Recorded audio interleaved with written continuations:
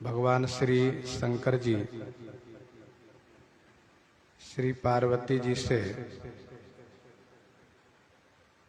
श्री राम कथा सुना रहे हैं।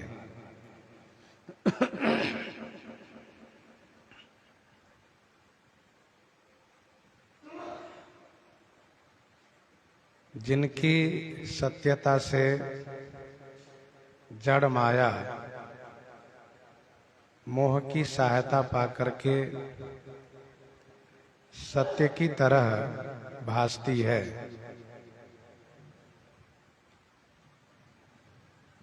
जिस प्रकार से सीपी में चांदी भासती है, सूर्य किरण में जल भासता है। यद्यपि ये तीनों काल में झूठा है, फिर भी इस भ्रम को कोई मिटा नहीं सकता।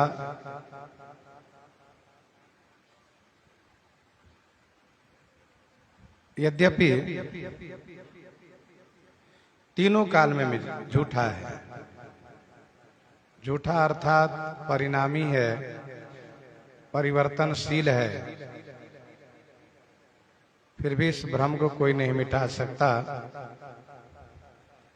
जिस प्रकार से सीपी के आश्रित चांदी है, सूर्य किरण के आश्रित जल है, वैसे ही श्री हरि के आश्रित यह जगत है।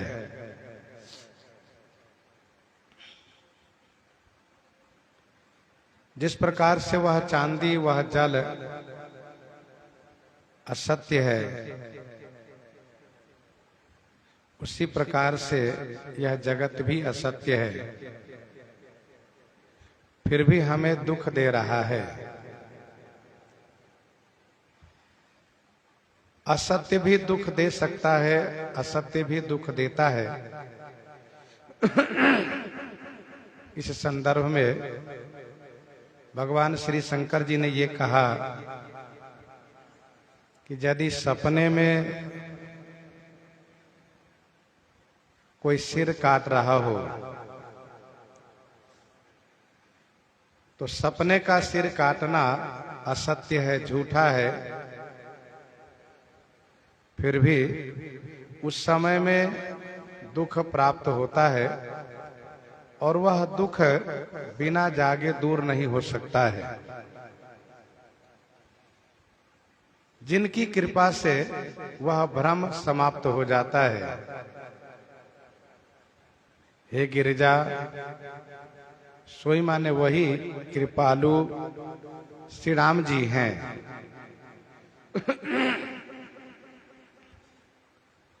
आदि अंत को जासु न पावा, मति अनुमान निगम अस गावा।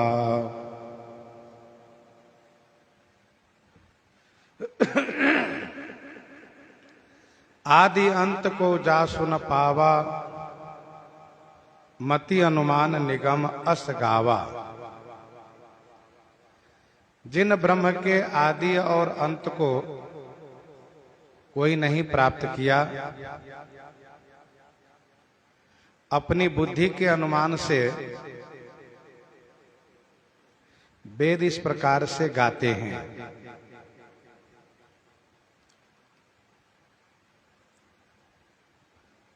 आदि उसका होता है जिसका जन्म हुआ हो, और उसी का अंत होता है, अंत माने मरण होता है।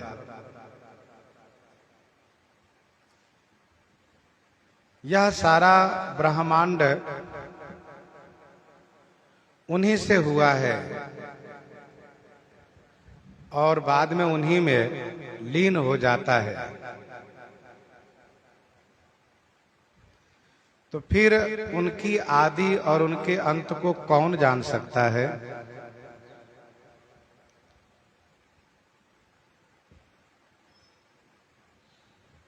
उनसे पहले न कोई हुए हैं न है, और न उनके बाद कोई रहता है। शुरू में भी वही हैं और अंत में भी वही हैं, इसलिए उनके आदि अंत को कोई नहीं पा पाता है। सृष्टि के सृजन कार्य जब प्रारंभ होता है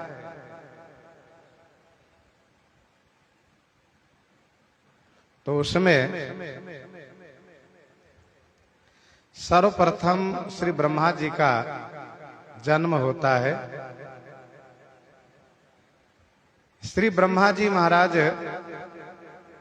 इस बात को पता लगाने के लिए प्रयास करते हैं कि मेरा जन्म इस कमल से हुआ है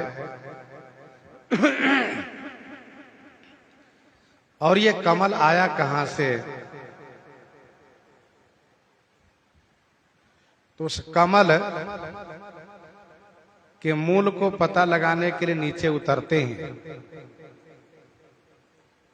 बरसों बीत जाता है परंतु पता नहीं लगा पाते हैं। फिर जब वे ऊपर आते हैं तो उनको दो अक्षर सुनाई देता है, त प। तप करते हैं, तब उन्हें फिर भगवान का दर्शन और सृष्टि की संरचना का ज्ञान प्राप्त होता है।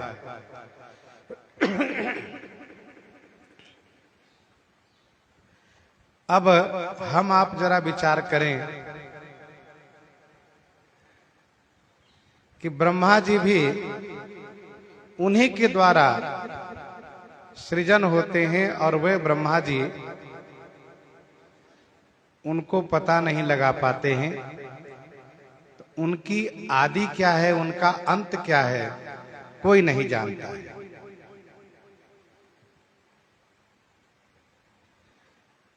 मति अनुमान निगम अस गावा,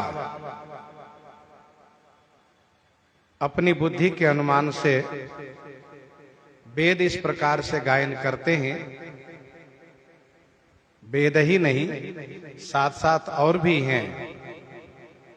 शारद शेष महेश विधि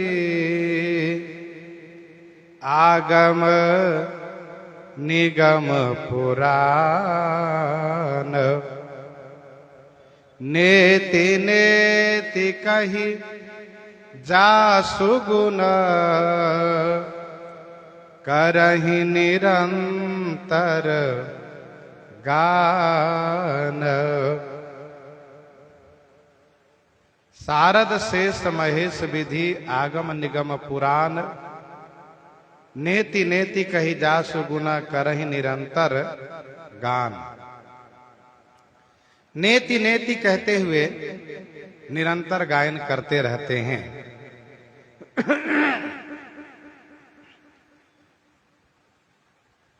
तो मति अनुमान निगम अस गावा कस, जैसा कि आगे कहते हैं भगवान श्री शंकर जी, बिनु पद चलई सुनई बिनु काना, बिनु पद चलई सुनई बिनु काना, कर बिनु करम करई विधि नाना, कर बिनु करम करई विधि नाना। बिनु पद चलई सुनई बिनु काना, कर बिनु कर्म करई विधि नाना। बिना पांव के चलते हैं, बिना कान के सुनते हैं, बिना कर माने हाथ के, नाना विधि माने अनेक प्रकार से कर्म करते हैं।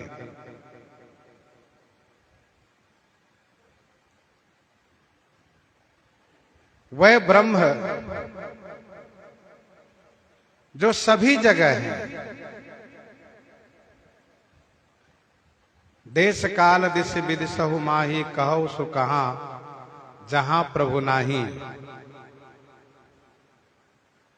सभी जगह है। बिना पांव के चलते हैं, बिना कान के सुनते हैं, बिना हाथ के अनेक प्रकार से कर्म करते हैं।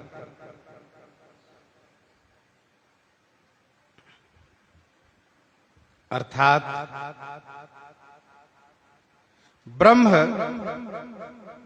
सभी जगह व्याप्त हैं। भगवान श्री शंकर जी श्री राम जी के निर्गुण रूप का, निराकार रूप का वर्णन करते हैं और उसी को फिर सगुण में घटा दिया करते हैं। जिनके बारे में वेद ऐसा कहते हैं वही तो श्री राम जी हैं, जो श्री अयोध्या जी में अवतार लिए हैं।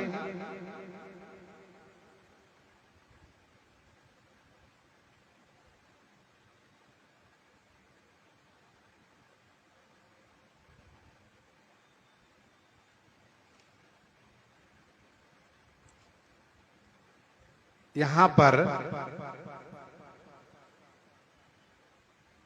इंद्रिय रहित कहा। पांव नहीं है, हाथ नहीं है, कान नहीं है, फिर भी कर्म हो रहा है। इंद्रिय नहीं है और इंद्रियों का विषय यहां पर ग्रहण किया जा रहा है।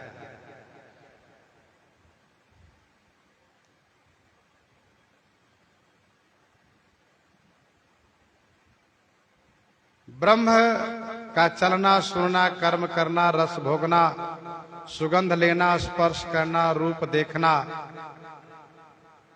ये सब उनके अलौकिक कार्य है।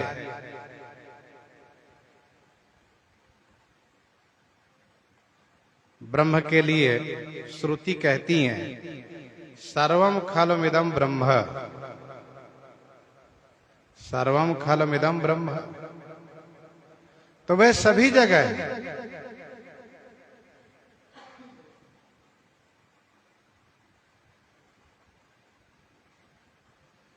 भगवान श्री राम जी का स्वरूप परब्रह्म विग्रह है। भगवान श्री रामचंद्र जी का स्वरूप परब्रह्म विग्रह ऐसा है कि त्रिपुटी रहित है। त्रिपुटी रहित है। ये त्रिपुटी है क्या? त्रिपुटी है देवता, इंद्रिय और विषय। देवता, इंद्रिय और विषय, यही त्रिपुटी है। तो भगवान श्री राम जी का स्वरूप परम ब्रह्म विग्रह ऐसा है कि त्रिपुटी रहित है।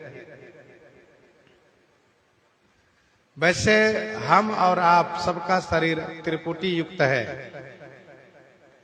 विषय करण सुर जीव समेता, सकल एक ते एक सचेता, सबकर परम प्रकाशक जोई, राम अनादि अवधपति सोई। तो हम सबका शरीर त्रिपुटी युक्त है। देवता भी है इंद्रियों पर, इंद्रियां भी है और विषय भी है। पर भगवान श्री राम जी इन तीनों से रहित हैं, इन तीनों से परे हैं। देवता, इंद्रिय और विषय, इन तीनों से रहित हैं। तो इनका शरीर कैसा है? जब इनका शरीर त्रिपुटी से रहित है, हम सबका शरीर तो त्रिपुटी युक्त है। इंद्रियां हैं, इंद्रियों पर देवता है, इंद्रियों का विषय है। उनका शरीर कैसा है? तो श्री वाल्मीकि जी महाराज कहते हैं उनका शरीर है चिदानंदमय देह तुम्हारी, विगत विकार जान अधिकारी। जैसे सोने की मूर्ति है तो उस मूर्ति में बाहर भीतर सब जगह सोना ही सोना है।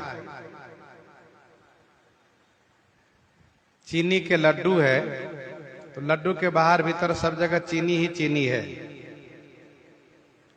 वैसे ही श्री राम जी का शरीर सतचिद आनंदमय है, तो उनके रोम रोम सभी जगह सच्चिदानंद है। हम और आपका शरीर और आत्मा में भिन्नता है, शरीर और जीवात्मा में भिन्नता है। शरीर अलग है, जीवात्मा अलग है। जीवात्मा के अलग होने से शरीर मृत घोषित किया जाता है, पर भगवान का शरीर और आत्मा अलग अलग नहीं है। उनका जो शरीर है वही आत्मा है, जो आत्मा है वही शरीर है। चिदानंदमय देह तुम्हारी। हम लोगों का शरीर पांच भौतिक है।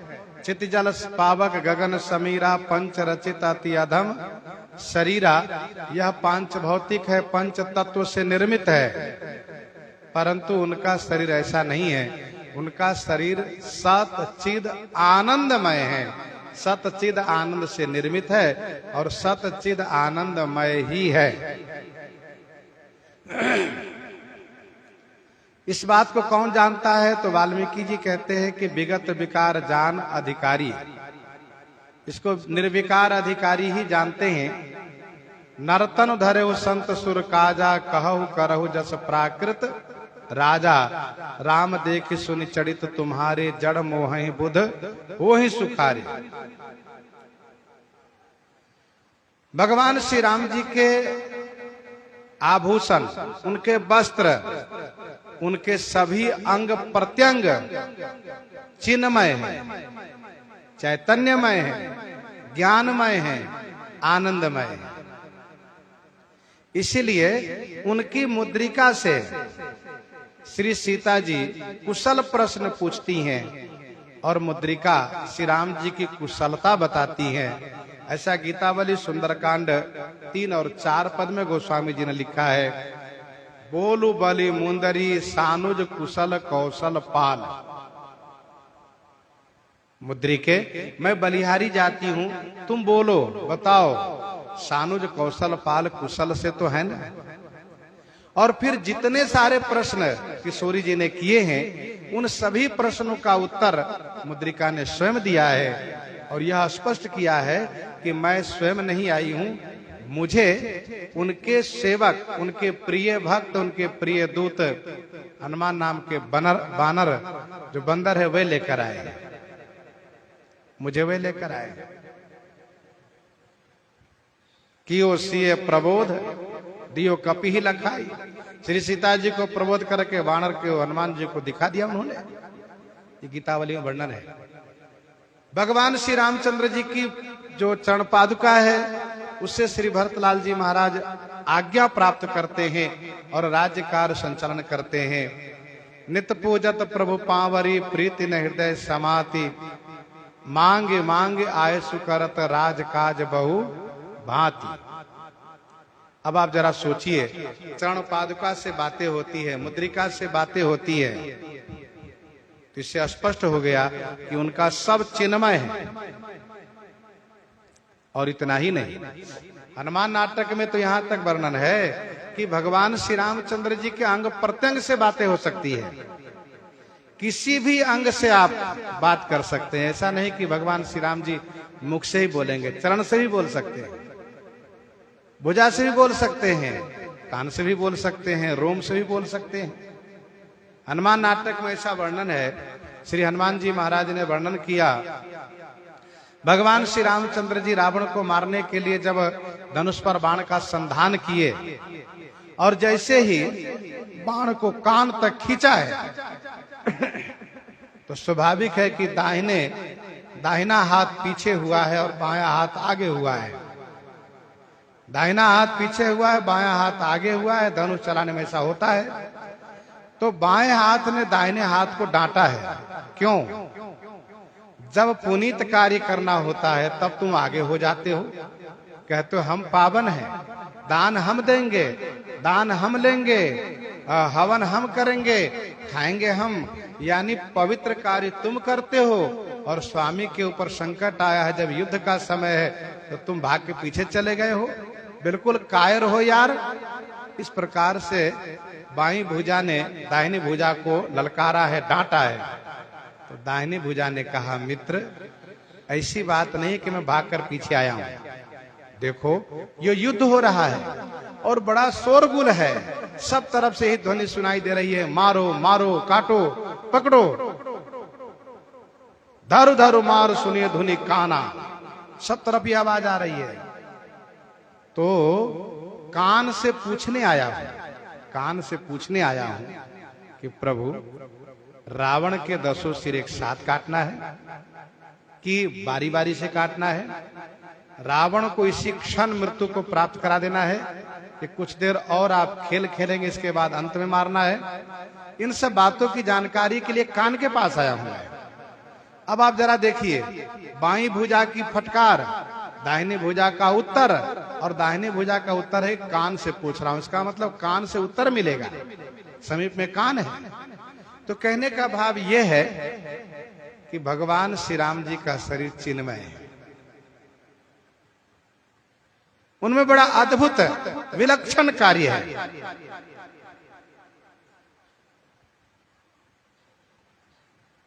आगे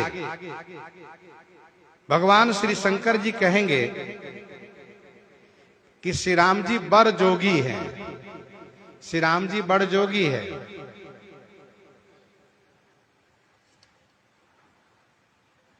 आनंद रहित सकल रस भोगी, बिनु बानी बक्ता बड़ जोगी।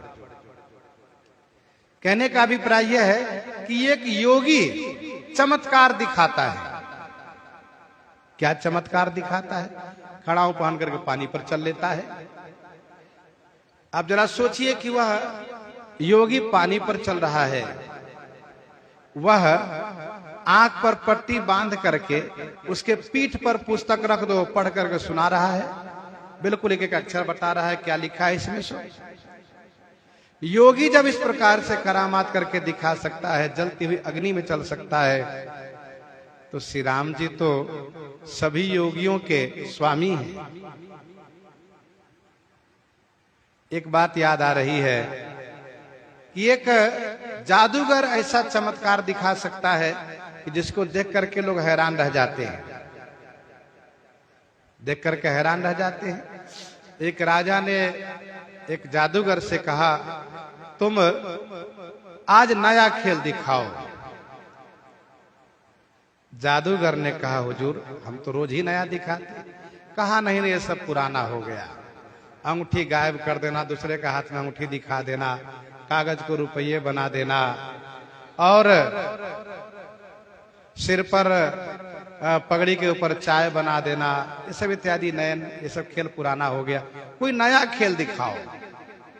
जादूगर ने कहा, ठीक है हुजूर, प्रयास करेंगे आपको नया खेल दिखाने के लिए। हुआ यह कि थोड़ी देर के बाद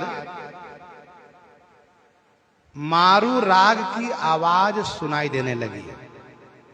मारू राग अर्थात रण दुंदुभी की आवाज आने लगी, और ऐसा लग रहा है कि कहीं युद्ध होने वाला है। रणभेरी बज चुकी है, रण दुंदुभी बज चुकी है, मारू राग सुनाई दे रहा है। जादूगर ने कहा, महाराज आपको कुछ सुनाई दे रहा है क्या? कहा, मुझे सुनाई दे रहा है। कहीं युद्ध होने वाला है क्या? जादूगर ने कहा, स्वर्ग में युद्ध होने वाला है। असुर लोग पहुंच गए हैं देवताओं के पास, देवता लोग उनसे युद्ध करने के लिए डंका बजा दिए हैं, नगाड़ा बजा दिए हैं, और युद्ध के सारे बाजे बज रहे हैं, दोनों तरफ से युद्ध की तैयारी है। महाराज यदि आज्ञा हो तो मैं उस युद्ध में जाऊं, क्योंकि देवता लोग हमें बुला रहे हैं कि तुम आओ, युद्ध में हमारी सहायता करो। राजा ने कहा, यह तो अच्छी बात है, आप जा सकते हो। उस जादूगर ने कहा, राजन मेरी ये रानी है, मेरी ये पत्नी ही मेरी रानी है, आप इसकी रखवाली कीजिएगा, और ये आपके पास धरोहर के रूप में है। मैं जब तक लौट के ना आऊं तब तक आपके पास ये धरोहर है, अमानत है, इनकी सुरक्षा आप कीजिएगा। कहा ठीक है, आप जाओ।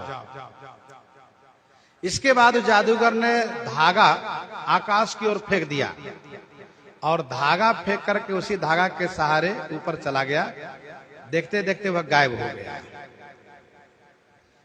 तो सब लोगों ने माना कि जादूगर है बड़ा सामर्थ्यवान, देवताओं की सहायता के लिए स्वर्ग में जाता है तो बलवान, ये तो अच्छी बात है। इसके बाद आवाज आने लगी, बहुत भयानक युद्ध हो रहा है। खटाखट फटाफट चटाचट की आवाज आ रही है। और थोड़ी देर के बाद और ये दिखाई देने लगा कि जादूगर के शरीर के अंग कट कट कर गिरने लगे। हाथ कट कर गिर गया, पांव कट के गिर गया, हृदय भाग कट के गिर गया, सिर कट के गिर गया। सब अलग अलग उनके शरीर के सारे खंड, सारे टुकड़े नीचे आ गए। राजा को बड़ा शोक हुआ। राजा ने कहा बताओ, हमारे जादूगर आज शहीद हो गए। वहां पर उपस्थित सभी लोगों को बड़ा शोक हुआ। जादूगर देवताओं की सहायता में शहीद हो गए। और फिर इसके बाद उनके सभी कटे हुए अंगों को समेट करके एक जगह एकत्र करके उनको अग्नि संस्कार की तैयारी की गई। उनकी पत्नी को सब बताया गया। पत्नी आई, बहुत उसने शोक किया, रुदन किया। और जब श्मशान में उनके शरीर को जलाया जा रहा था, तब उस जादूगर की पत्नी ने कहा कि मैं पति के बिना जीवित नहीं रह सकती, इसलिए मैं सती हो रही हूं। और उसने जलती हुई चिता में छलांग लगा दिया और वे भी जल के भस्म हो गए। जादूगर और जादूगर की पत्नी को जला करके सब वापस आए। सब सभा में बैठे हैं, सब शोक कर रहे हैं, सब दुखी हो रहे हैं। इसी बीच थोड़ी सी आवाज आई और लगा कोई ऊपर से आ रहा है। और देखा तो अस्त्र शस्त्र से सुसज्जित वह जादूगर नीचे उतर के आया। सभी को बड़ी हैरानी हो गई। अरे इसका तो अग्नि संस्कार हम लोगों ने कर दिया, ये तो जीवित है। कहा कोई बात नहीं, जीवित तो है, अच्छी बात है, जादूगर जीवित है। इसके बाद राजा ने देखा कि ये जादूगर आए हैं, तो सभी लोग बड़े चौकन्ने होकर देख रहे हैं। तो जादूगर ने पूछा क्या बात है, आप लोग इस तरह से क्यों देख रहे हो? कहा नहीं नहीं, हम इसलिए देख रहे हैं कि ऊपर युद्ध में आप जाते हो और देखो विजयी होकर लौटते हो। कहा? जादूगर ने कहा महाराज मेरी पत्नी मेरे हवाले कर दो आप। राजा ने कहा क्या कह रहे हो? कहा मैं ठीक कह रहा हूं। अरे तुम्हारा कटा हुआ सारा शरीर नीचे आया, हम लोगों ने संस्कार कर दिया, अग्नि संस्कार कर दिया, और तुम्हारी पत्नी सती हो गई। अब तुम्हारी पत्नी है नहीं, मैं कहां से दूं? तो जादूगर ने कहा महाराज आप झूठ बोल रहे हो, मेरी पत्नी की सुंदरता पर आप विमोहित हो गए हो, उसको अपनी रनिवास में रख लिए हो, हमें देना नहीं चाहते हो। राजा ने सबसे कहा देखो भाई देखो क्या बोल रहा है जादूगर। अरे आप समझाओ, मंत्री जी आप समझाओ, सेनापति आपो समझाओ, अरे सेवक समझाओ इनको। सब ने कहना शुरू किया अरे भैया महाराज भला आपकी पत्नी क्यों रखेंगे, और दूसरी बात महाराज सत्य कह रहे, देखो ना हम सब तुम्हें जला कर आए हैं, न विश्वास है चलो तुम्हारी चिता दिखाता हूं। कहा नहीं नहीं, मेरी पत्नी पर राजा का लोभ है, इसलिए इस तरह से बात बना रहे। आप सब राजा के कर्मचारी लोग हो, इसलिए राजा के हाँ में हाँ मिला रहे हो। जादूगर ने कहा मेरी पत्नी राजा के रनिवास में है, यदि राजा कहें तो मैं अपनी पत्नी को बुला लूं। राजा ने कहा सहर्ष तुरंत बुलाओ। इन्होंने आवाज लगाई, उनकी पत्नी तुरंत महल से निकल करके बाहर आई। सबके आश्चर्य का ठिकाना नहीं रहा। अरे बताओ दोनों जल गए, दोनों जिंदा है, हम लोग जलाए दोनों जिंदा है। राजा ने कहा जादूगर ये सब क्या हो रहा है? जादूगर ने कहा हुजूर आपने कहा था ना नया खेल, ये नया खेल था मेरा। एक जादूगर इतना बड़ा खेल दिखा सकता है, एक योगी इतना बड़ा चमत्कार दिखा सकता है। अब आप जरा सोचिए, उसके दोनों के शरीर जल गए, दोनों जिंदा है, ये कैसे हुआ? समझ में नहीं आता है। तो यहां तो भगवान हैं जो सर्वेश्वर हैं, तो उनके लिए चमत्कार होना कोई आश्चर्य की बात नहीं है। भगवान श्री शंकर जी कहते हैं, बिनु पद चले सुनई बिनु काना। एक दो और उदाहरण आप सुन लीजिए। भक्तमाल जी के 462 कविता में वर्णन है, श्री अंगद नाम के भक्त हुआ है, अंगद नाम का भक्त हुआ है, जिनके पास एक हीरा थी, हीरा। उसको वह अपनी पगड़ी में बांध करके रखता था। राजा को पता चला, मांगना शुरू किया, साम दाम भेद सब लगाया, और इन्होंने दिया ही नहीं। फिर इन्होंने यह निश्चय किया कि चल करके मैं श्री जगन्नाथ भगवान को अर्पित कर दूं। राजा ने सैनिकों को लगा दिया कि रास्ते में इससे हीरा छीन लो। सैनिकों ने रास्ते में घेर लिया और कहा कि हम लोग महाराज की आज्ञा पालन करने में विवश है, इसलिए आप कृपा करके हीरा दे दीजिए अथवा हम छीन लेंगे। अंगद जी ने सोचा, अब तो कुछ समझ में नहीं आ रहे क्या करना चाहिए। तब उन्होंने भगवान को स्मरण किया, प्रभु मुझे क्या करना चाहिए? तो ठाकुर जी की प्रेरणा हुई कि तुम वहीं से अर्पित करो। फिर अंगद ने सोचा, यहां से अर्पित करूं ये तो छीन लेगा, देखते ही ले लेगा, ये लोग छीन लेंगे। अंगद जी ने कहा, आप जरा ठहरो, मैं स्नान करके आपको हीरा दे देता हूं। कहा ठीक। गए तालाब में, स्नान करना तो बहाना था। तालाब में गए और सैनिकों से कहा, सैनिकों देखो यही हीरा है ना? कहा इसी के लिए तुम लोग आए हो ना? कहा अब मैं यह हीरा जिनके लिए लेकर जा रहा था उन्हीं को अर्पित कर रहा हूं। नेत्र बंद किया, पानी में है अंगद, सब लोग बाहर है। इन्होंने कहा, हे जगन्नाथ भगवान, मैं आपके पास तक पहुंच नहीं सकता, ये मेरी मजबूरी है। सैनिक घेर चुके हैं, मेरी इच्छा थी कि हीरा मैं स्वयं आपको धारण कराऊं, लेकिन यह सौभाग्य मुझे नहीं प्राप्त हुआ है, इसलिए मैं आपको यहीं से हीरा अर्पित करता हूं। तो दिए वस्तु गोविंदम तुभ्यमेव समर्पये। स्वीकार करे प्रभु। और सबको दिखा करके हीरा वहीं गिरा दिया पानी में। जगन्नाथ भगवान का हाथ वहीं पानी में आ गया। हीरा पानी में डूबा नहीं, भगवान लेकर के धारण कर लिया। अंगद जी बाहर आए, सैनिकों ने राजा को सूचित किया। राजा ने कहा, तालाब के सब पानी निकाल दो, खोज करो।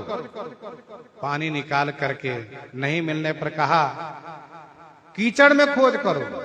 सब लोग कीचड़ को ले लेकर के खोज रहे हैं, कुछ नहीं मिला। राजा निराश हो गए कि हीरा गया कहां। अंगद जी घर वापस आ गए, सोचने लगे कि पता नहीं भगवान हीरा प्राप्त किए भी कि नहीं किए, मैंने तो उनको अर्पित कर दिया है। ठाकुर जी ने स्वप्न में आदेश किया, अंगद तुम आ जाओ पुरी में, आ जाओ और दर्शन करो, मैं हीरा धारण किया हूं। फिर तो श्री अंगद जी गए जगन्नाथपुरी और देखा तो वही हीरा भगवान हृदय पर धारण किए हुए हैं। बड़ी प्रसन्नता हुई, बड़ी खुशी हुई, आनंद आ गया। टीकाकारों ने कहा और भक्तमाल के रचयिता ने कहा कि 700 कोस दूरी से अंगद जी ने हीरा अर्पित किया था और भगवान ले लिए थे। अब आप जरा सोचिए, कर बिनु कर्म करे भी दिन आना है कि नहीं। अच्छा, जोगी लोग चमत्कार दिखाते, इस संदर्भ में कथा और सुन लीजिए। श्री कबीरदास जी महाराज ने अपनी बढ़ती हुई प्रतिष्ठा को रोकने के लिए इन्होंने एक वेश्या को पैसा दिया और जल में रंग मिला करके बोतल में भर करके एक हाथ में वह शराब की बोतल जैसे लग रहा है और दूसरा हाथ उस वेश्या के हाथ में है। मार्ग से, बीच मार्ग से अर्थात मुख्य मार्ग से जब चले हैं तो लोगों ने कहा देखो, विरोधी लोग कहने लगे देखो हम पहले कह रहे थे कबीरा है, लोग इनको सिद्ध मानते, देखो शराब पी रहे हैं, वेश्या के साथ घूम रहे हैं। लेकिन जो सच्चे हैं वह इस बात को लेकर डर रहे हैं कि प्रभु ये क्या हो रहा है, भगवान की माया बड़ी बलवत्ती है, ऐसा सोच रहे हैं। राजा के हृदय में कबीरदास जी के प्रति अश्रद्धा हो गई। जब कबीरदास जी को पता चला तो राजसभा में गए।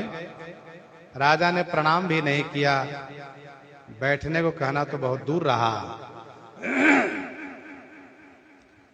जबकि राजा कबीरदास जी का शिष्य है, तो कबीरदास जी महाराज वहीं बैठे हुए थे और एकदम से कमंडल के पानी वहीं गिरा दिए।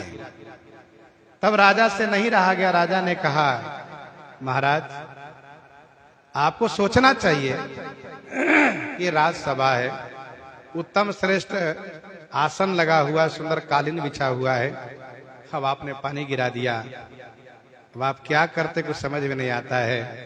तो कबीरदास जी ने कहा तुम बड़े बेवकूफ हो, तुमको लगता है कि मैंने पानी गिराया, अरे जगन्नाथ भगवान के रसोईया के हाथ जलने से मैंने बचाया।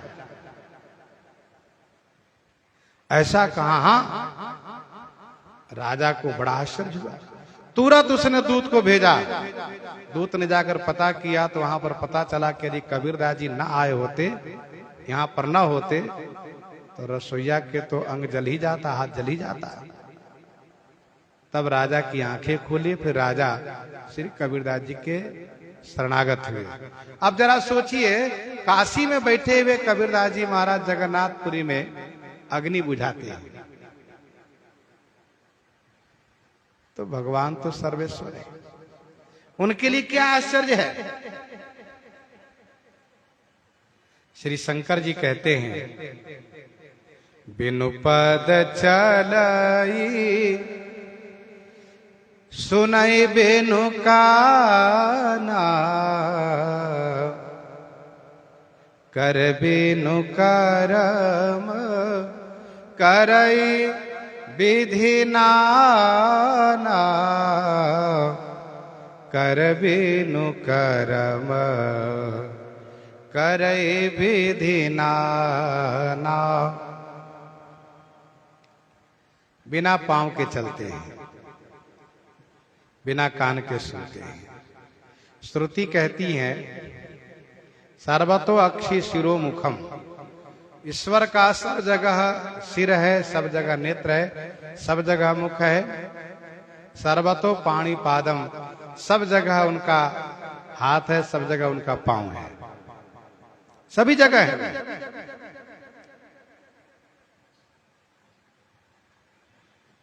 यहाँ चरण से शुरू किया गया क्योंकि चरण के ही देवता भगवान विष्णु है। यह सारा विशेषण निर्गुण निराकार का है, लेकिन यह सब भगवान श्री रामचंद्र जी में भी घटित है। सगुण साकार में भी यह घटित है। अभी आपने सुना एक योगी, एक जादूगर नया कारनामा करके दिखा सकता है, नया चमत्कार दिखा सकता है, ये तो ब्रह्म है।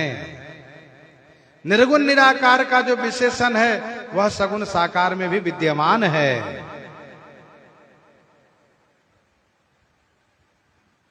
भगवान श्री राम जी का अवतार होता है तो बिनु पद चले, ये कहां देखा जा रहा है? तो कहा एक बार जननी अनबाए, करि श्रृंगार पलना पौढ़ाए। माता श्री कौशल्या जी श्री राम जी को अन्नप्राशन विधि पूरा करने के लिए लाला को स्नान करा करके नहला करके सुला देती है। फिर स्वयं स्नान करके फिर से स्नान करती है और कुल इष्ट देवता श्री रंगनाथ भगवान के लिए रसोई बनाती हैं, भगवान के सामने भोग धरती है।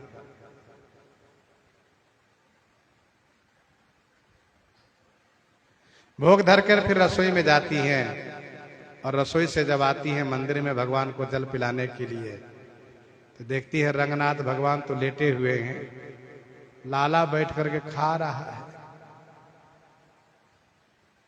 भोजन करत देख सुत जाए। अरे वो पालने में सो रहा था, यहां कैसे खा रहा है? तो बिनुपद चले, अभी ठीक से बैठ भी नहीं पाते हैं, चलना तो दूर रहा, और पालने से मंदिर में चले गए, वहां पा रहे हैं मैया को टुकुर टुकुर देख रहे हैं, पा रहे हैं। मैया घबराई, जाकर के देखा पालने में तो सो रहा है, यहां वहां तो बालक देखा। तो बिनुपद चले, सुनई बिनु काना, बिना कान के सुनते हैं। भगवान श्री राम जी में यह घटित है। कैसे? किष्किंधा कांड की कथा में वर्णन है। भगवान श्री रामचंद्र जी ने सुग्रीव को भेजा, जाओ बाली को ललकारो। सुग्रीव ने बाली को ललकारा, बाली तुरंत घर से निकला। तारा ने चरण पकड़ करके समझाया और युद्ध करने से रोका और कहा, आपका भाई है सुग्रीव, उनको हृदय से लगाइए, विरोध छोड़ दीजिए। सुग्रीव ललकार रहे, इसका कारण यह है कि उनको श्री राम जी मिल गए हैं, जो श्री राम जी ब्रह्म है, भगवान है, जो युद्ध में काल को भी जीत सकते हैं। बाली ने कहा, अरे पगली, मैं भी उनको जानता हूं, रघुनाथ जी समदर्शी हैं, कदाचित वे मार भी दिए तो फिर मेरा कल्याण हो जाएगा, तुम क्यों चिंता करती हो? और फिर भला वो मुझे क्यों मारेंगे, वो तो समदर्शी है।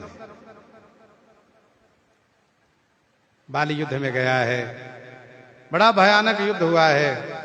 श्री राम जी बाली को एक बाण से मार करके गिरा दिए। इसके बाद श्री राम जी बाली के सामने उपस्थित हो गए। बाली ने शिकायत किया है कि आपने मुझे क्यों मार दिया, एक बधी की तरह। भगवान श्री राम जी ने कहा,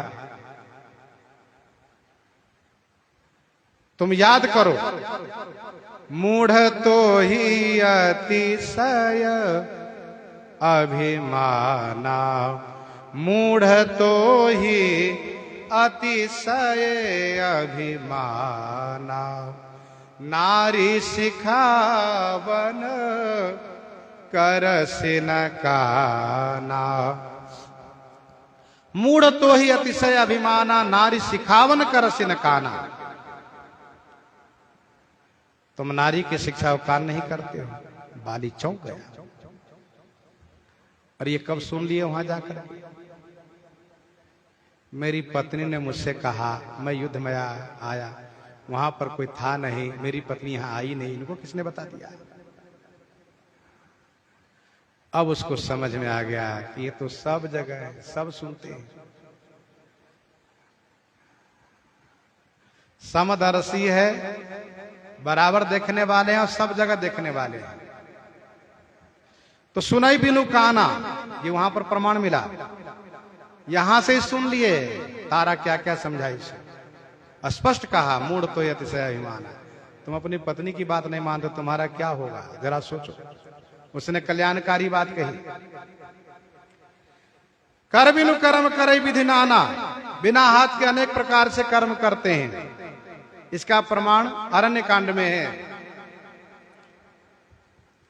खरदूषण के साथ श्री राम जी युद्ध कर रहे हैं, देवता लोग भयभीत हो गए। 14,000 ये राक्षस लोग हैं, श्री राम जी अकेले हैं, कैसे श्री राम जी इन सबको मारेंगे? सुर मुनि सभय प्रभु देखी माया, नाथ यति कौतुक कर्यो। सुर मुनि सब है प्रभु देखी माया, नाथ अति कौतुक करो। फिर क्या हुआ? कहा देख ही परस पर राम करी संग्राम, रिपुदल लरी मर्यो। कर बिनु कर्म करे विधिनान। श्री राम जी एक जगह किनारे खड़े हैं और बिना हाथ के सबको मार डाले। देखा ही परस्पर राम करी संग्राम, रिपुदल लरी मर्यो।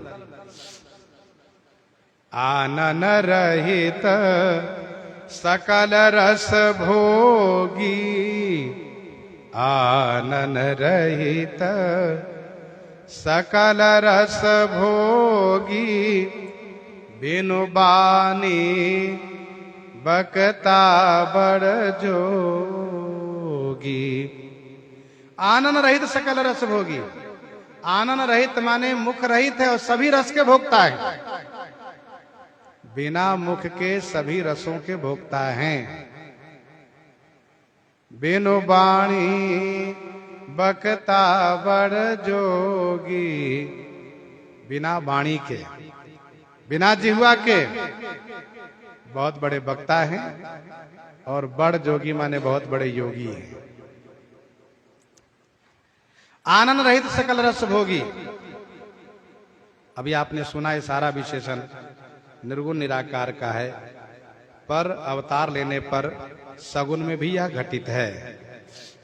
आनंद रहित सकल रस भोगी, इसका प्रमाण बालकांड में ही है। भोजन करत देख सुत जाई। अभी दांत भी नहीं जमे थे,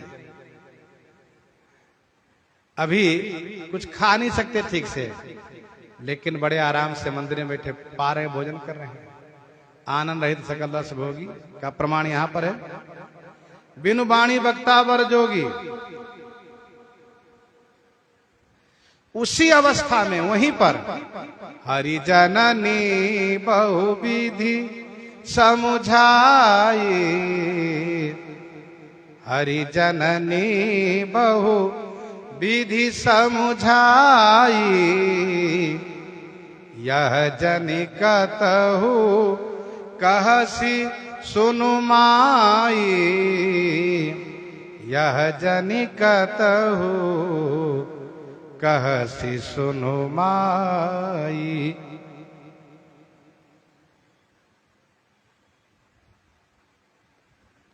सबको माता श्री कौशल्या जी को समझा दी उसी अवस्था में, उसी शिशु रूप में। और भेंटी रघुवर मातु सब करी प्रबोध परितोष। अम्बई साधीन जगह काहुन दे ये दोष। तो बिना वाणी के बहुत बड़े वक्ता हैं, क्योंकि बर जोगी माने श्रेष्ठ योगी। तन बिनु परस,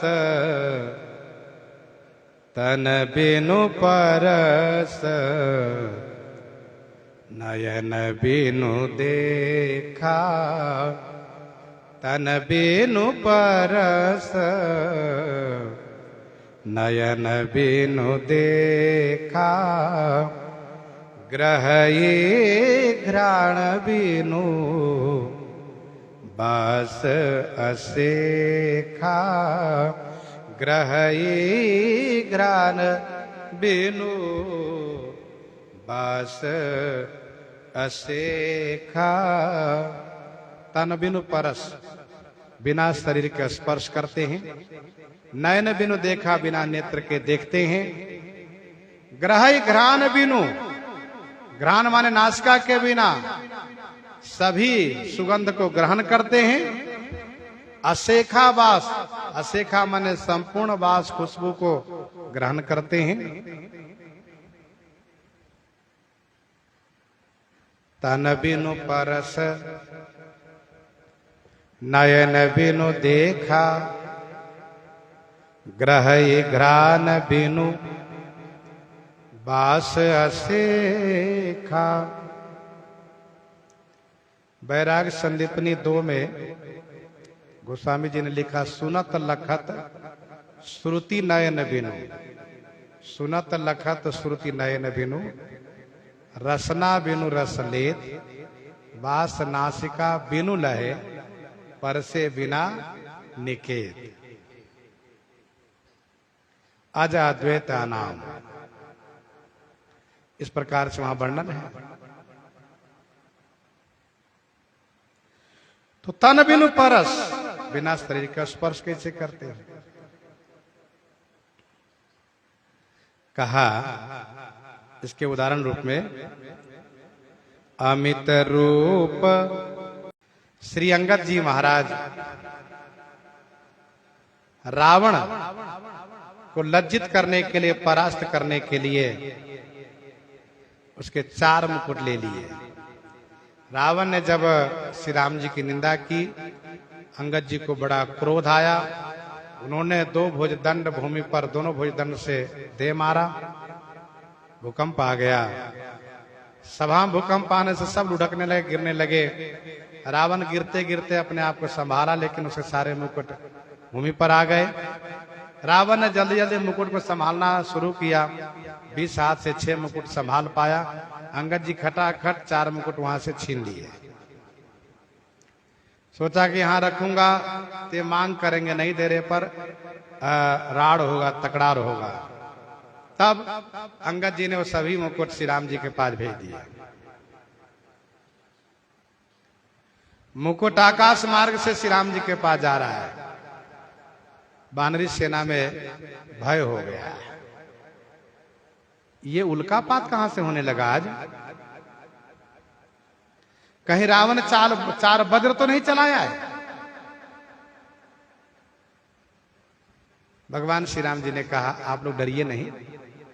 कहा प्रभु हंसी जानी हृदय डेराहू, लोक न असनी के तू नहीं राहू, लोक न असनी के तू नहीं राहू।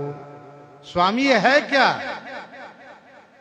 ये किरीट 10 कंधर के रे, आवत बाली तनय के प्रेरे, आवत बाली तनय के प्रेरे। अब आप जरा सोचिए, श्री राम जी सब देख रहे हैं, नयन बिनु देखा।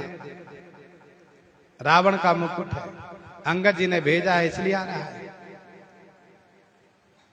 ग्रह घ्राण बिनु वास असेखा, बिना नासिका के संपूर्ण वास ग्रहण करते हैं। अब इसका उदाहरण भी वही लगाया जाता है, भोजन करत देख सुत जाई। भोजन के सुगंध को ले रहे हैं, खुशबू ले रहे हैं, भोजन प्रसाद ग्रहण कर रहे हैं।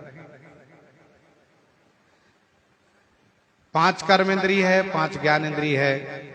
इन 10 इंद्रियों में से 8 को यहाँ पर नाम लिया गया, 8 को यहाँ पर गिनाया गया, 2 को छोड़ दिया गया, क्योंकि 2 की चर्चा करना अश्लीलता है, इसलिए इन दोनों को छोड़ दिया गया।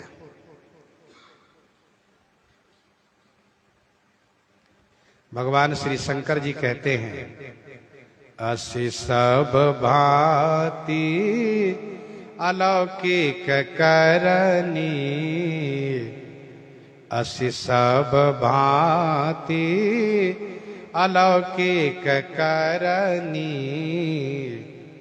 महिमा जासु जाय नहीं बरनी, महिमा जासु जाय नहीं बरनी। असी सब भांति अलौकिक करनी, असी माने इसी प्रकार से, ऐसी ही सब प्रकार की अलौकिक करनी है। महिमा जासु जाय नहीं बरनी, जासु महिमा वर्णी नहीं जाएगी, जिनकी महिमा वर्णन नहीं की जा सकती। असी सब भांति अलौकिक करनी, महिमा जासु जाय नहीं बरनी। इसी प्रकार से सब अलौकिक अप्राकृतिक करनी है, जिनकी महिमा नहीं कही जा सकती है, क्योंकि महिमा नाम रूप गुण गाथा सकल अमित अनंत रघुनाथा। जेहि मिगा वही वेद बुधा जाहि धरहि मुनि ध्यान। सोई दशरथ सुत भगत हित कौशलपति भगवान। कौशलपति भगवान। जेहि में गावहि वेद बुध जाहि धरहि मुनि ध्यान।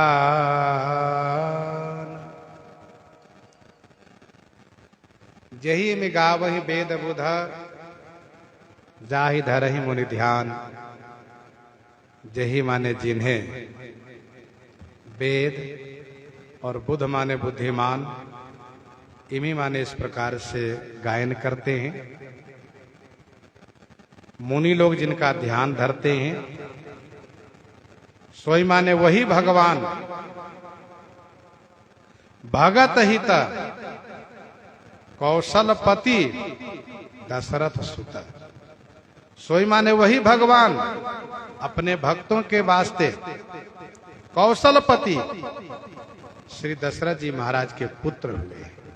पुत्र सोई दशरथ सुत भगत हित कौशलपति भगवान। जिनको इस प्रकार से वेद और बुद्धिमान गाते हैं और मुनि लोग ध्यान धरते हैं। जीति पवन मन गो निरस करी मुनि ध्यान कबहुक पावही। जीति पवन मन गो निरस करी मुनि ध्यान कबहुक पावही। इमी माने इसी प्रकार से। किस प्रकार से? आदि अंत को जा सुन पावा मति अनुमान निगमस गावा। बिनु पद चलई सुनई बिनु काना कर बिनु कर्म करई विधि नाना। आनन रहित सकल रस भोगी बिनु बानी वक्ता बड़ जोगी। तन बिनु परस नयन स बिनु देखा ग्रही ग्रान बिनु बास सेखा असव भांति अलौकिक करनी। यही में गावे। वेद गाते हैं, बुद्धिमान गाते हैं।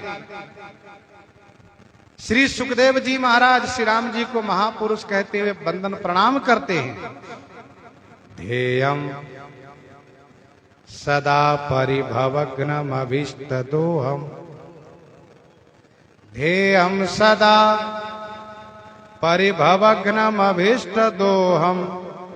तीर्थास्पदम शिव विरंचिनुतम शरण्यम। भृत्यार्ति हम प्रणत पाल भवाब्धिपोतम।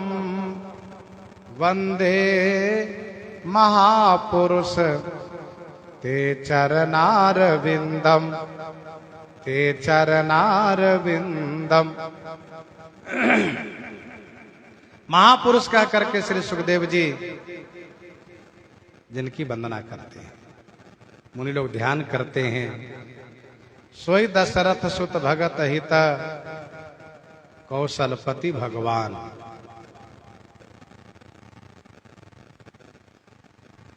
अपने भक्तों के वास्ते वही भगवान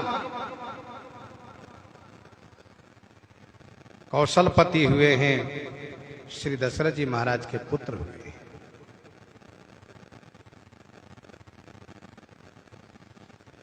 अगुण अरूप अलख अज जोई। अगुण अरूप अलख अज जोई। भगत प्रेम बस सगुण सुहोई। भगवान माने ऐश्वर्यवान। खड़ैश्वर्यवान, जिनमें सभी ऐश्वर्य है, ऐसे ऐश्वर्य से संपन्न भगवान भक्तों के लिए अवतार लिए, अपने भक्तों के लिए अवतार धारण किए हैं। कवितावली उत्तरकांड 129 पद में गोस्वामी जी ने लिखा, अंतर जामी ते बड़ बाहर जामी।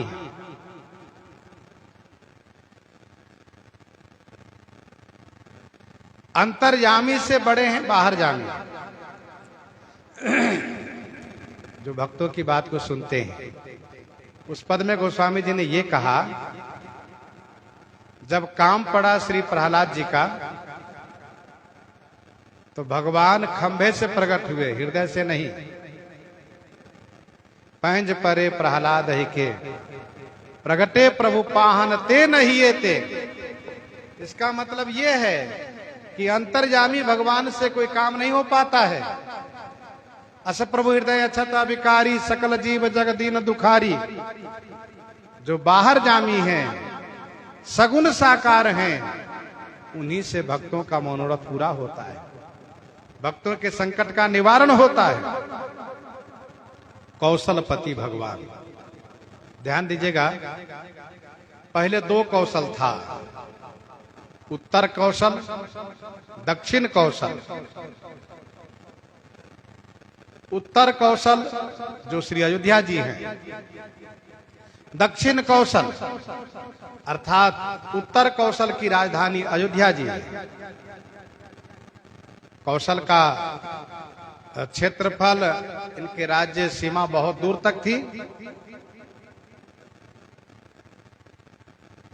विद्वान महापुरुष कहते हैं कि नेपाल की सीमा पर्यंत सब कौशल देश ही माना जाता था, और इसीलिए पूर्वांचल के प्राय सब लोग ये मानते हैं कि हम सब कौशल के रहने वाले हैं, अयोध्यावासी। तो पुराणों में ऐसा वर्णन है, घाघरा का दोनों तट कौशल ही कहलाया करता है। उत्तर कौशल और दक्षिण कौशल। दक्षिण कौशल के महाराज थे श्री भानुमंत जी महाराज, जिनकी बेटी श्री कौशल्या जी। श्री कौशल्या जी का विवाह श्री चक्रवर्ती महाराज दशरथ जी से हुआ। श्री कौशल्या जी के भाई न होने से भानुमंत जी ने अपना राज्य श्री चक्रवर्ती जी दशरथ जी महाराज को ही दे दिया, अर्थात दक्षिण कौशल को उत्तर कौशल में ही विलीन कर दिया। तब से एक महाकौशल के नाम से जाना गया, महाकौशल के नाम से जाना गया। वैसे आज भी छत्तीसगढ़ तरफ, नागपुर वगैरह सब उस तरह का क्षेत्र जो है महाकौशल कहलाता है। और महाभारत के युद्ध में तो स्पष्ट किया गया है कि उत्तर कौशल के राजा कौरव के साथ थे, दक्षिण कौशल के राजा पांडव के साथ थे। जब महाभारत का युद्ध हुआ है तो तब दो कौशल थे। श्री कौशल्या जी के विवाहोपरांत दक्षिण कौशल उत्तर कौशल में ही विलीन कर दिए गए। तब से एक ही महाकौशल नाम हुआ। गोस्वामी जी कहते हैं, भगवान श्री शंकर जी कह रहे हैं कि सोई दशरथ सुत भगत हिता कौशलपति भगवान, कौशलपति भगवान।